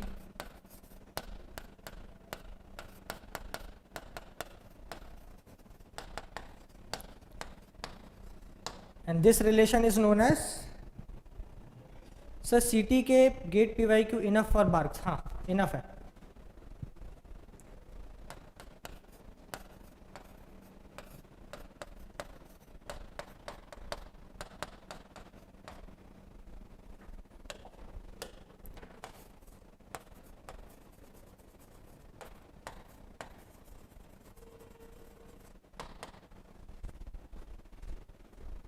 Lewis relation. This is wet bulb depression. Humid heat का फॉर्मूला लिखिए. ह्यूमिड हीट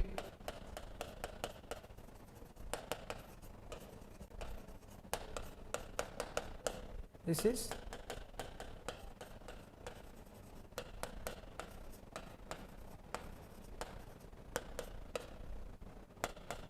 और एंथैल्पी का फॉर्मूला लिखिए.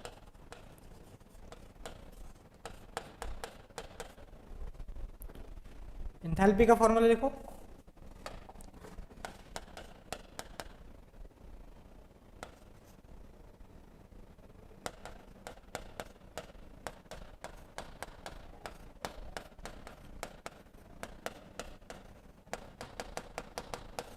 This is the formula of enthalpy. And this is your complete mass transfer, right? सारे formula अपन ने cover कर लिए. ठीक, तो अब आपको एटलीस्ट ये डर नहीं रहना चाहिए कि कोई फॉर्मूला मेरे को सर नहीं आता. सारी चीज़ों का कंटिन्यूसली रिवीजन करवा दिया गया. ठीक, आईपीसी का भी सेशन मैं परसों लूँगा. 1 तारीख को आईपीसी का भी सेशन लेके उसको भी ख़त्म करेंगे. ठीक, और दूसरी चीज़ कल मॉक टेस्ट 2 का सोल्यूशन डिस्कस करेंगे. 2 बजे से उसका डिस्कशन रखा है. ठीक, जिन्होंने अभी नहीं दिया है mock, so I would suggest कि यार 99 में 2 मॉक है, एक बार दे के देखो. ठीक, उसमें PYQs भी हैं और कुछ अच्छे क्वेश्चंस भी हैं, मज़ा आएगा आपको. ठीक है, चलो तो इस सेशन को मैं फिर मैं यहीं एंड करता हूँ. ठीक है ना, पूरा मास ट्रांसफर अपन ने रिवाइज कर लिया है. अब कोई दिक्कत नहीं होनी चाहिए फॉर्मूले में. एटलीस्ट फार्मूला सारे आपको प्रोवाइड करने का ट्राई किया मैं.